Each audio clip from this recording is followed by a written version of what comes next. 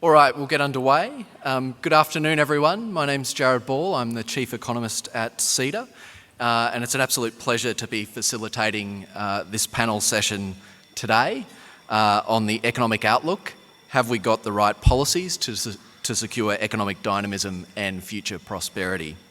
I'd like to introduce our excellent panel for this discussion today.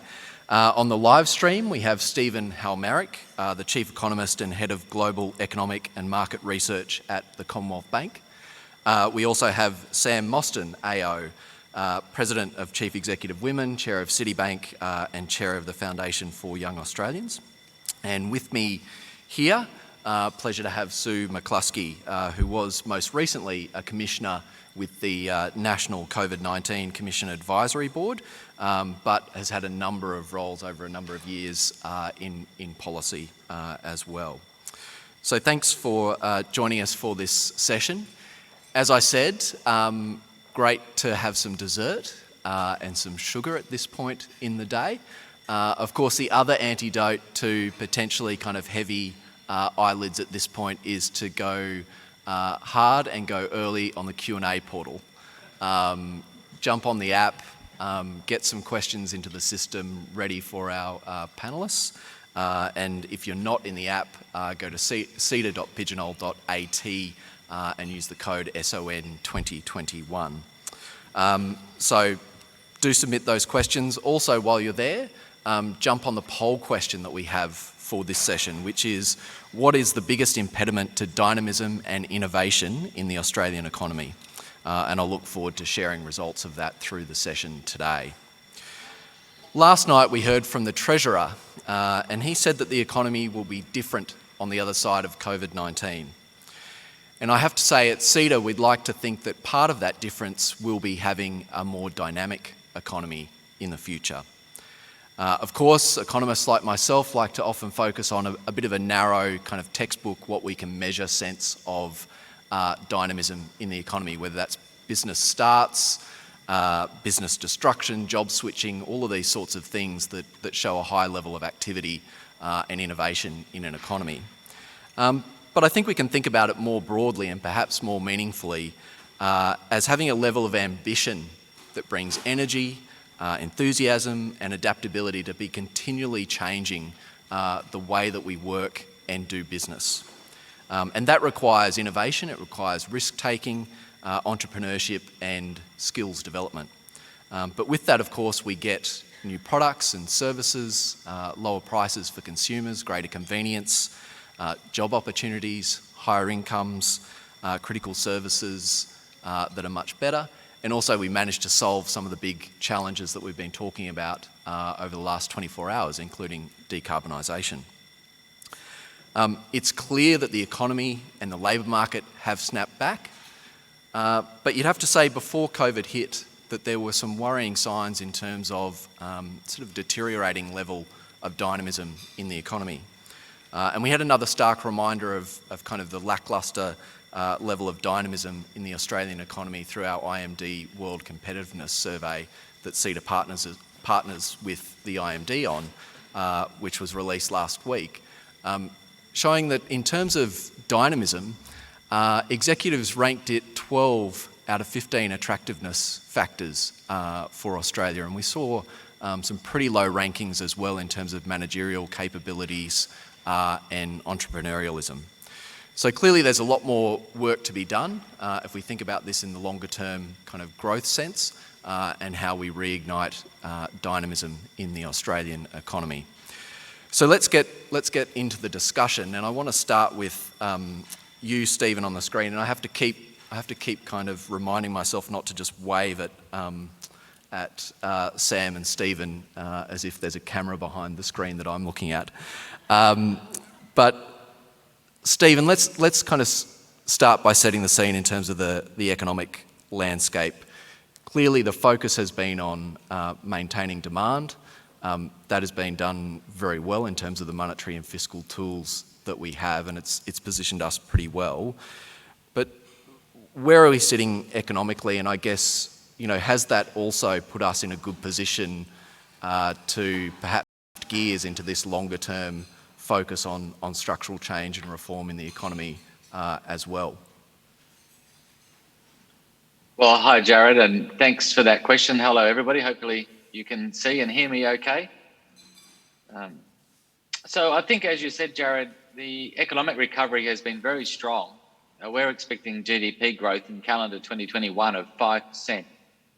So very much a V-shaped recovery, and we can particularly see that in the labour market with the unemployment rate back down at 5.1% as of May. And we'll talk about this a bit later on, I'm sure, but as of yesterday, we actually upgraded our Reserve Bank, our view on the Reserve Bank monetary policy, and we think that the conditions the Reserve Bank has set to begin to raise interest rates are going to be met by the end of 2022, as opposed to the RBA's current guidance of 2024.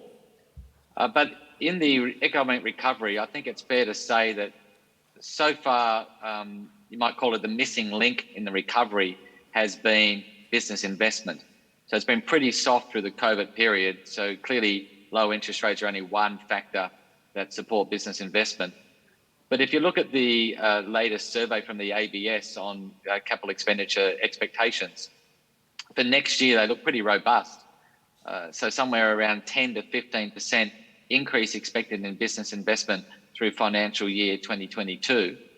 And we can see that particularly in things like small businesses, where some of the government policies have really increased business investment in the small business sector. So things are looking better on the business investment side, the dynamism side.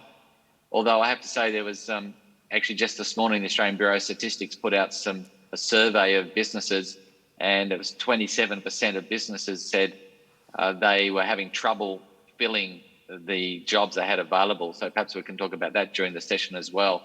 And the lack of skilled labour is a big issue. So I might finish there just as the opening discussion, and we can keep going. Thanks, Jared. Thank you, Stephen, and we'll certainly come back to the issue of skills shortages based on that ABS release today.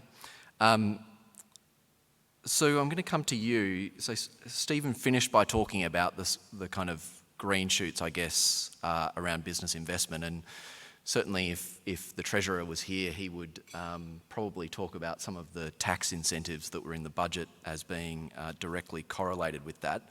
But of course, policy is a big story out of the last 12 months, and proactive policies and trying new things at a very rapid pace, as you and I were talking about just before we came on. What role did policy play over the last kind of 12 months? And have we learnt from it? Is there kind of that muscle memory now that we could take in terms of kind of starting to tackle some of these bigger structural reform questions that we've sort of avoided in recent years? Thanks, Jared, and thanks everyone for having me here today. Look, they say never waste a good crisis, and I think last year showed us that we were able to be nimble and responsive, and there was a lot of listening, but there was a lot of very quick action. What it did say in terms of policy was that we were prepared to take risks. We were prepared to have a go, try something, hope that it would work, listen to the people that were actually saying, we think this is how you need to respond, and if that didn't work, be prepared to try something different. And I think that's something that we've got to keep doing. Because one of the things we don't want to do is to slip back into a complacency about it's okay, we can go back to business as usual, because that's not what innovation is about. We stymie innovation if we just think in the mindset of business as usual and being risk averse.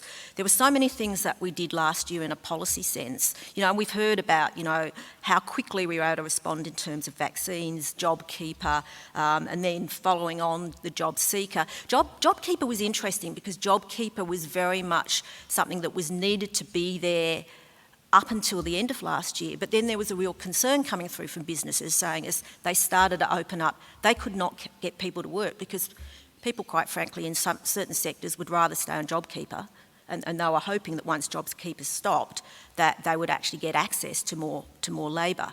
So that was followed up by Job Trainer and the changes to job seeker, but also in the SME area, and Stephen touched on this, the changes made around loans, the freezing on repayments. There was a real concern about access to capital for SMEs, so the loan guarantee scheme, and it was a privilege to be on the COVID Commission Advisory Board because we were very much at the pointy end of that. We were seeing things happen, hearing issues, being able to put them forward to the PM and the Treasurer, and then seeing a very, very quick response.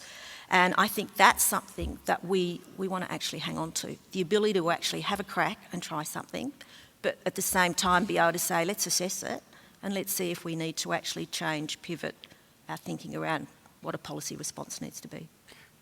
And can I just ask a follow-up to that, Sue, because you talked there about, putting things to the PM, things moving really quickly. Is there something structurally that we need to change in terms of the machinery of government and policy advice to get more rapid decision-making and change? Look, it's really hard. The reason the Commission was set up to be was because business, because of all the lockdowns and just the situation we were in, just were not able to provide that sort of input to government, and government had to work very differently. So this was a smaller group of people that I guess was considered to have the ear of business and could actually put things forward. There was no longer a need to have the Commission, which is why it was wound up earlier this year, because as things started to open up, business groups were started to be able to work in the way they used to, and government was able to operate in a more open way. I think the really critical thing is, and I was actually going to come to this later, but I'll raise it now, is what we were trying to do was think about what was the problem and not just jump to a solution because we didn't know what the solutions were. This was a new world. So trying to actually come up with a solution before we've identified what the problem was something we weren't able to do. And I think that's one of our biggest challenges when we look at policy making, particularly around regulation, is too often we can jump to the solution without actually thinking, what is the problem and what's the way to solve it? And we were very much we know what the problem is, we have a pandemic, we know what we're hearing from business, what are the different ways to solve it? And putting ideas on the table and having a go. It's a really, really interesting point around being a little bit agnostic on solutions in the first instance, isn't it? And spending some time being curious about the problem that you're trying to deal with. Sam, I want to come to you. We've obviously, Stephen and Sue have both spoken about some quite positive aspects of how we've responded. Of course, this is for some groups an uneven recovery. Economists are, always concerned coming out of these sorts of episodes about long-term scarring, whether that's for young people or other groups. What are you seeing in terms of the groups that are being hardest hit coming out of COVID-19 and the kind of quality of the policy responses for them? Thanks so much, Jared. Lovely to join you. I'm joining from the inner west of Sydney, so I'm in one of those areas that's shut down. We can't actually leave the greater Sydney area, so I would have loved to have been in Canberra with you. So it's nice to be here. But we're hearing today, even in relation to a relative shutdown here in advance of the school holidays, what that's doing to a number of businesses that were still trying to come out of COVID. But I'll limit my remarks to a couple of categories. And I think the two that are worth talking about are women and young people. And I don't want to be too negative, given that very positive start to the session, but I'll be very practical and very honest about what we're seeing from a number of perspectives around the experience of women in this country, and then a little reflection on younger people in the country. We all know that many Australians experienced and continue to experience quite a lot of hardship due to COVID-19, both within the centre of the pandemic and since. But we do know that women were initially amongst the hardest hit by job losses and reduced pay. They are concentrated in insecure and part-time work, and they were overrepresented in industries most impacted in that immediate moment of shutdown of the economy and the borders closing. They were also, in large part, asked to shoulder the bulk of the increased care at home and a lot of education of kids at home, whilst continuing to fulfil their duties if they were doing that from home, or continuing to go out into the relatively insecure environments of direct care in caring in the aged care sector, particularly. So there was a lot of pressure on women during that time, and it does say a lot about our economy that those women were particularly vulnerable. And I think if you step back and think about all of the gains we've made on gender equality and the role of women in our economy, we were really put on notice, I think, coming out of COVID, that many of those gains could potentially be lost if we didn't hold on to the elements that are required to ensure women's full economic participation and progress in the economy, and that we'd need to keep our foot on the accelerator with gender equality. But I think, stepping back more generally, in May of this year, we saw for the first time one of the big impacts on women when the World Economic Forum released its global gender gap report and pointed out that against the various things they look at, Australia has rated for many decades #1 on that league table for education of women. We've continued to be there through the pandemic, so that's looking at primary, secondary and tertiary education. So we lead the world in educating women. But this year we fell to number 50th in terms of gender equality and the gender pay gap. And in a very concerning drop, we dropped a significant level to number 70th in the world for women's economic participation. That's a really startling point, I think, that we've got to reflect on, particularly in light of the discussion we're having now, that we have the most educated women in the world, but we sit at 70th in the world for economic participation. We're around 50th in the world for both the gender pay gap, but also for women's political engagement. So we are squandering a resource, and many of those women have been stranded coming out of COVID with increased caring relationships into their families.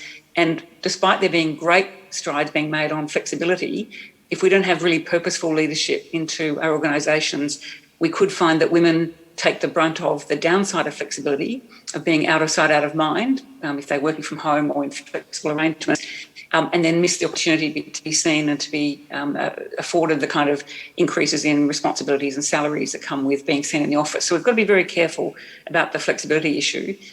There are some very clear policy responses, and very quickly they go down to things that were in part described in the budget just passed, and that is a much bigger investment in childcare, early childcare education and care, looking at superannuation and over the life course of women in our communities, and looking at the analysis of the feminised industries and trying to understand how to make them more resilient to the kind of world we're living in. If I quickly jump to young people, and Sue and I both serve on the board of the Foundation for Young Australians, we can't forget that those young people went into COVID with a very uncertain future already. I think on the back of the bushfires and the sense of climate impact, they were already feeling very nervous and insecure on that and on the economy as we move into one of the biggest wealth transfers from the baby boomers. And many were then very hard hit because they were in the very insecure jobs that were lost at the very beginning of the pandemic. And of course, they've suffered enormously with mental health challenges. They would say they'd add homelessness and unemployment into that mix, and just a general sense of confusion and uncertainty about what lies ahead. So we haven't yet seen the full impact on young people. At FYA, we ran a number of programs to get young people's voices into MPs' offices, and they did that very successfully to voice their needs. But we're going to have to focus on some really purposeful youth-led and place-based responses to unemployment for those young people and a sense of the future. And we can talk about it later, but good policy on them as young people and their engagement with the world through climate policy is going to be a lot about building confidence and dealing with a lot of mental health challenges for that generation. So I might leave it there, Jared. There's lots to unpack, but we've got to be really purposely focused on these parts of our economy that don't come through the GDP numbers and don't come through our employment numbers, because they're largely sitting in the underemployment side of the ledger. Yeah, some really good points there, Sam, including the point around I guess some of the downsides or the longer term sustainability around flexibility and work from home. Very important in this conversation. I want to shift gears a little towards the point that was raised initially, and certainly a point that was raised last night around skills shortages. And Stephen, you've quoted the ABS release today around 27% of businesses experiencing issues accessing skills. And obviously the the RBA governor's a bit frustrated around what's happening with wages and not kind of seeing the wages pressure that he would like to. We're talking here about dynamism and longer term growth. At what point do skill shortages start to hold back some of those things that we want to do longer term, particularly when we look at some of these high-end skills that we're currently missing? And what are the levers that you see being pulled? Should we be expecting that we will start to see some positive signs in terms of wages growth? And do we need to really look at speeding up the process of getting borders open? Well, thanks, Jared. There's a lot to unpack in that. So I think you said, when do you think we'll see some wages pressures from the skill shortage or businesses being impacted, not being able to operate at maximum capacity from the skill shortages? I think that's now. I think that's already happening. And certainly that's the feedback I'm getting from companies. I've just spent 4 weeks travelling around Australia, and actually I went to New Zealand, talking economics with lots of corporate clients, and certainly the number one issue in feedback was skill shortages. So the ABS survey today that showed 27% of companies finding it difficult to fill their jobs. I was surprised the number was that low. I thought it would actually be higher than that. And some businesses I've spoken to are telling me already that they're operating their business at like 70% capacity because they can't get enough labour. And that's pretty remarkable given what we've experienced for the last year or so. So we actually think we will see wages growth accelerate faster than the Reserve Bank expectation. So by the end of next year, we have wages growth at 2.7%, perhaps a little bit higher than that. It's currently 1.5%. And the closure of the international border and the indication from the government is the international border is going to be closed for another 12 months, so until the middle of next year.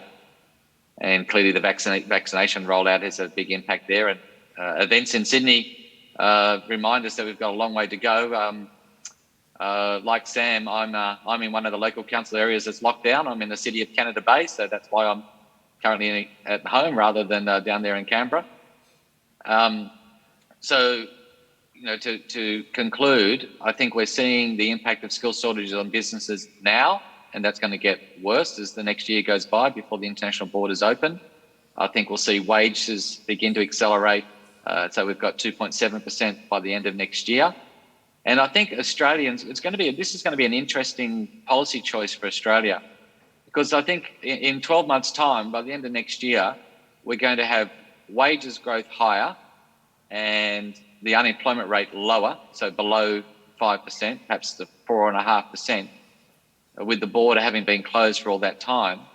So I wonder if Australians might actually think that's a pretty good combination.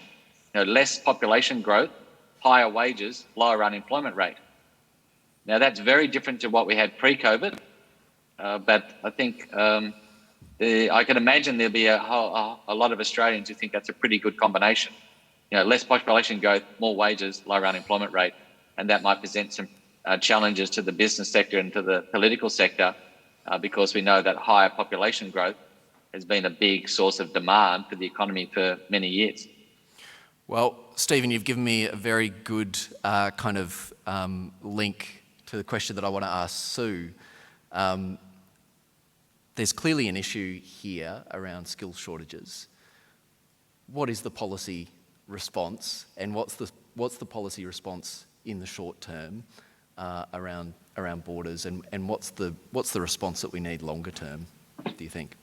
Short term, it's really challenging, and I think short term it's something that businesses need to look to, because a lot of that's around cross-skilling, upskilling, as we've moved to a more digital way of working, and we will continue to do so. There are jobs that exist in organisations at the moment that will need to transition, and it is worth our while investing in the people we already have to train them and skill them to do other roles within the organisation rather than lose them.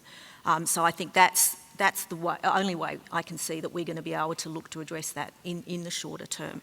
And I think some of the policies that have been put in place by government around, apprenticeships, for example. I mean, I was talking to my builder and he said, look, I'd love to put on another apprentice, but an apprentice has got to work to a skilled person, which means I would need to take on a fully qualified builder. You cannot get a fully qualified builder anywhere. It's easier to get an apprentice. So, you know, those sort of things need to be thought through, I think, to be able to address that. In the longer term, absolutely it's got to be immigration, you know, and there are labour shortages everywhere. Before COVID, there were severe shortages in places like aged care, healthcare. A lot of those roles are held by people from overseas. They're not coming in now. And it is such a critical issue around that. I did a lot of work around seasonal workers and the Pacific Worker Scheme, and I have really thought that that might be the first step to getting more people in, to be able to demonstrate that, you know, it was safe to do so, and that would then lead to us being able to get in international students who, of course, take up a lot of the hospitality roles and eventually get more visas in. I haven't given up on that. But it's just critical. There is no other way but for immigration in the longer term for us to be able to address that shortage. So we do have quite a few questions coming in on Pigeonhole. So at the very least, I'd ask that you get on and vote for your favourite question. But I want to stick on this issue of skills shortages, but perhaps come to you, Sam, on this higher level issue of managerial capability in Australia. And obviously the IMD survey that I mentioned at the outset cited this as an issue around our kind of managerial capability. Last night at dinner, we had a conversation just about the capacity of Australian leaders to have imagination, to take risks and try new things. And if we think about some of the challenges that you put to us around where things perhaps are more challenging in our recovery, what do you think it is that we need to do to lift this level of managerial capability and skills in Australia? Well, Jared, I certainly agree with all the comments that Stephen and Sue have made. So I guess the answer to this question goes in a slightly different direction as you've taken it. And I guess it goes back to the flip side of the challenges raised in the last answer, and that is we are underutilising so much of our human capital at the moment, and we need leaders who are purposeful and dynamic themselves and are prepared to be creative and step up and think a bit differently about what's going on, not just in their own domains, but in the development of responses more generally across the economy. And you do see that in a lot of time in the large private sector organisations, certainly the ones I'm involved with. But if I just give you a stat, we've only got 5% of the ASX 200 chief executives that are women. 5%. And during COVID, when 25 chief executives were appointed, only one was a woman. And when those that were appointing those chief executives were asked why so few women, their answer was clear, and they said it was not the time to take risk and they wanted to stay with the safe options. Now, if that's dynamic leadership, we've got some real problems, because there may well have been, those appointments might have been terrific, but if thinking about women as chief executives was risky, then that's a problem, because we know, I've got the data here, that for women generally, in terms of investment, and the investors tend to add 5% of market value when they lead their companies. And so investors see a huge opportunity for women leaders, and we're just not using women leaders enough. We're not building the pipelines for women to come up through the supply chain in the right parts of businesses to then lead businesses. And that goes back to some of the pernicious issues that keep women from having great careers. Now, this isn't just a gender question. I'm sort of giving you just a version of it, but there are 100,000 workers across the country today who say they want more work at managerial level, and they would be prepared to do it if they could get affordable childcare. That's not just women, that's also men. And in the meantime, they're underemployed, doing things, patching together arrangements to keep the family together because of this problem of affordable and available childcare. So the policy response on moving rapidly to having the support for families so that anyone in that family who can assist in a bigger job can do it and pursue a career into managerial capacity, I think is worth thinking about. And then, of course, I work in a number of organisations that are starting to think about the intersectionality of our workforce and looking at those that are typically left out. And at the moment, we don't pay enough attention to those people who want to work who are sitting at the moment on temporary visas. I see a lot of them in the hospitality sector. They're often avoided because I think we don't open our minds to the work that could be done by those that are already here, agreeing with Sue that opening up our borders to skilled labour is also terribly important. So I think we've got to be really purposeful and much more dynamic in thinking about the labour that we're not utilising. And if we think about where the big jobs are going to come and need to be done, they're in the human services side of things across our care sector. And that's where we see this huge amount of underemployment. And so we're not giving people a chance to rise to managerial capability by not having workforce plans in those sectors where we're spending tens of billions of dollars to try to solve for other issues.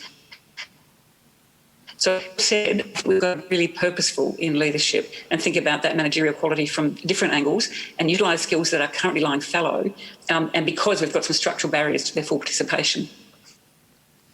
Thanks, Sam. And, you know, really some of the things that you've talked about, and also I think Sue, is really around skills mismatch and underutilisation of skills. And we've got the top question is asking about that in the context of foreign qualified individuals here in Australia whose qualifications aren't recognised. And of course, CEDA did some work earlier this year around a kind of almost a quarter of permanent skilled migrants not in jobs at their skill level. So what's the policy response here in terms of skills mismatch, particularly in the migration system? I'd love to see us move more and be just more open in that area. I mean, so many of our Uber drivers are actually really well qualified in so many areas, and we need them and we could utilise them. And if they're already in the country, why would we not actually look at a way that we can harness those skills and be able to utilise them? So it's been a bit of a frustration for me, I have to say. And I'll just continue to push, as will many others, and I know CEDA's doing that. I think in terms of other policy responses, we really just have to be more open to what are the different ways and be innovative about the different ways that we can actually match those skills. And the recognition, and look, I have to mention this because I know the Treasurer mentioned it last night, occupational licensing that now we've got mutual recognition for. I was probably working on this on the bank's task force 15 plus years ago. That's how long it can take for some of these things. I don't know why. It's a no-brainer. It was a no-brainer then. Some of these things are still a no-brainer now. Part of it is we do have a federal system, and we had started off then about harmonisation, and it went to mutual recognition. You know, I was involved with it more recently through the Deregulation Task Force and the COVID Commission. We ended up taking it through KIFA because we thought the treasurers would be able to, you know, push it through. Let's hope that the states are able to make this work. But things like that hamper us as a country moving forward. If things that should be no-brainers we just can't get movement on, we've really got to think, you know, bigger picture about what are the things that are actually our internal barriers to being able to grow and invest. I too have some scars from mutual recognition of occupational licensing, which I won't go into. But this does go to our next question, which is topping the voting at the moment. And it asks, and I'm going to come to you on this one, Sam, how can we create a culture where government is fine with taking risk? The next statement is quite interesting as a part of this question. Senate estimates inquiries kill risk taking. Is there an opportunity to create a Department of Innovation where it is okay to fail? Well, I think some people in this building would be interested at the idea of not having Senate estimates, but perhaps more broadly to the question, Sam, how can we create a culture that is, particularly around government and policy making, that isn't quite as risk averse and it is okay to fail?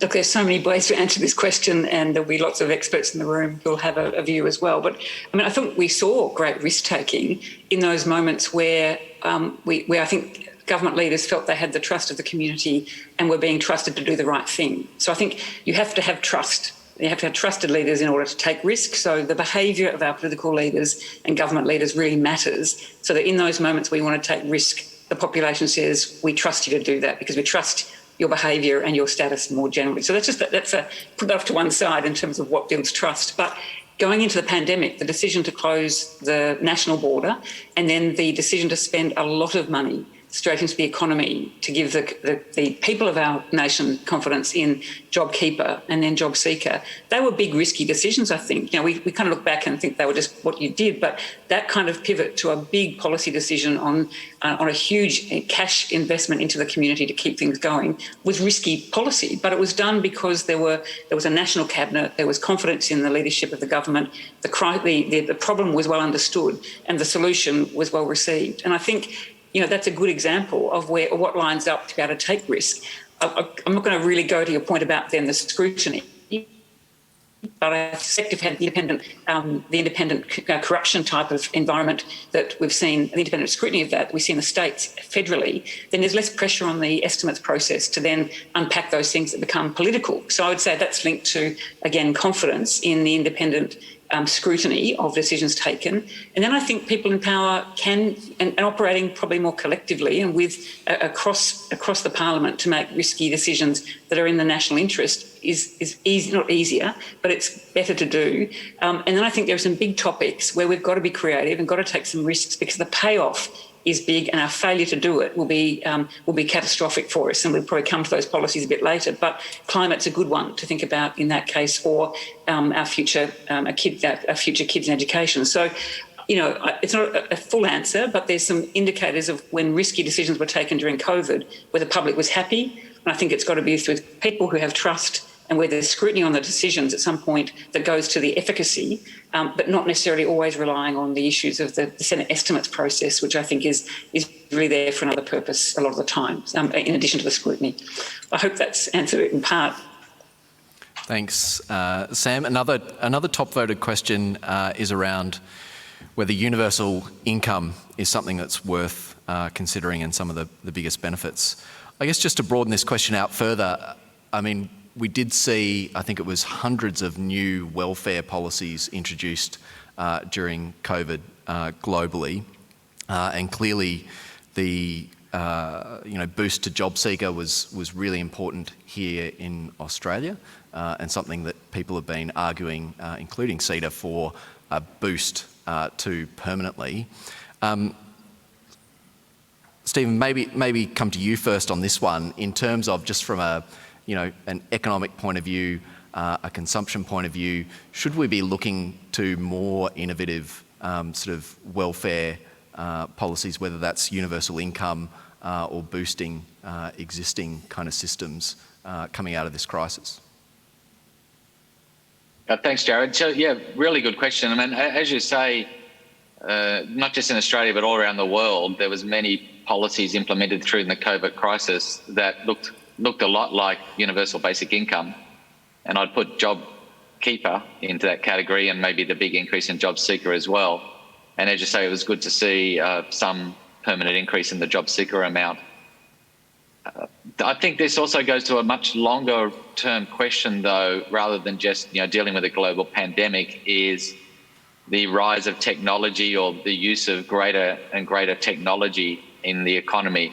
If that was to lead to lower skilled jobs, whether the benefits of that technology just falls to those people who own it, or can we continue to employ it, or we need to share the benefits of that technology to those that are, if you like, kind of marginalised. And that's where the universal basic income idea comes in place. So I think we had a bit of a sneak peek of it through the COVID period, that many governments around the world, including our own, that kind of jumped into that space pretty quickly. It certainly helped the economy recover very, very nicely, and we're getting the benefits of that now. But I think over the longer term time frame, there's a big challenge for governments to get their head around universal basic income, given the changes in technology and AI that might come along as well. But I think we've made some progress, and I think the government's change in strategy on fiscal policy in Australia, so they're willing to run budget deficits for quite a number of years into the future, is going to be very supportive for Australian economic growth, and I think that's a welcome change. Thanks, Stephen. There's plenty of questions here. Perhaps I over-encouraged on the use of pigeonhole, although I'm not sure that's possible. Sue, you talked about the fact that some people on JobKeeper would prefer not to work, and the question here is whether that in some way reflects an indictment on the conditions and wages that we provide, and should we use the crisis to improve these things as well? What's your view on that? It's a bit mixed. I think that in certain areas, yes, that the amount does need to be increased. In other areas, I mean, one of the things that I had looked at was you go out to regional Australia and try and get labour is really hard. And, you know, international tourism has been absolutely smashed, but domestic tourism, particularly in regional areas, has really picked up. But what's holding them back is the ability to get access to labour. And of course, they don't have the backpackers and the grey nomads that they had before. And one of the things that we found was people didn't want to move from the comforts of their family and friends in metropolitan areas to move out to regional areas. And that was, you know, it didn't matter how many incentives, and a number of the states actually provided some not too bad incentives to move from the cities, but they just didn't get a big take-up. So I think we've actually got to think about what are the incentives, and what are the different sort of incentives, and what are the actual barriers to people taking up the roles, and it's not a one-size-fits-all. So I think it needs to be a multi-pronged approach. Jared, could I throw something in here? Yeah, go Sam. I'm fortunate enough to be involved in it's like a trial that's been going for the last 4 or 5 years called the National Youth Employment Body, a joint venture with the Federal Department of Employment and the Brotherhood of St Lawrence, with community partners in the 5 most disadvantaged areas of Australia, particularly for young people, where the highest levels of unemployment for young people sit. If you look at what's going on with place-based policy, supported by direct investment from the Commonwealth into a community investment trust that sits locally, that can link young people, their education, skills training, and the jobs needed in that region, all of a sudden you see improvised dynamic policymaking on the ground that's effective. And so if you go to a place like Shoalhaven on the south coast of New South Wales, very high youth unemployment, but kids who want to work but don't know where they're going. When the local community works together with their employment, with the local employers, with the local skills trainers, and those young people particularly, and actually looks at what's the skills required in that region. And down there, it's a whole lot of work to support the naval base, so a lot of engineering, basic engineering. There's recovery and rebuild of the bushfire disaster, and there's lots of need for skilled, low skill but growing skill around the caring professions for disability care and aged care. When they started with those young unemployed people, no one was interested in the care professions because they thought it was about taking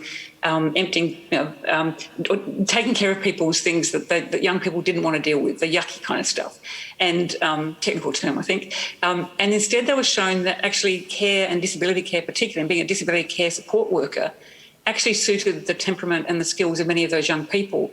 And to stop them going onto the Job Active network and getting used to a payment, they were then directed into those jobs, getting skills and meeting a local need where they couldn't get young people to do the work. Now, it's at a low level, it's all trial-based, but growing around the country. But that's place-based policy directly into linking unemployment with jobs that are hard to fill.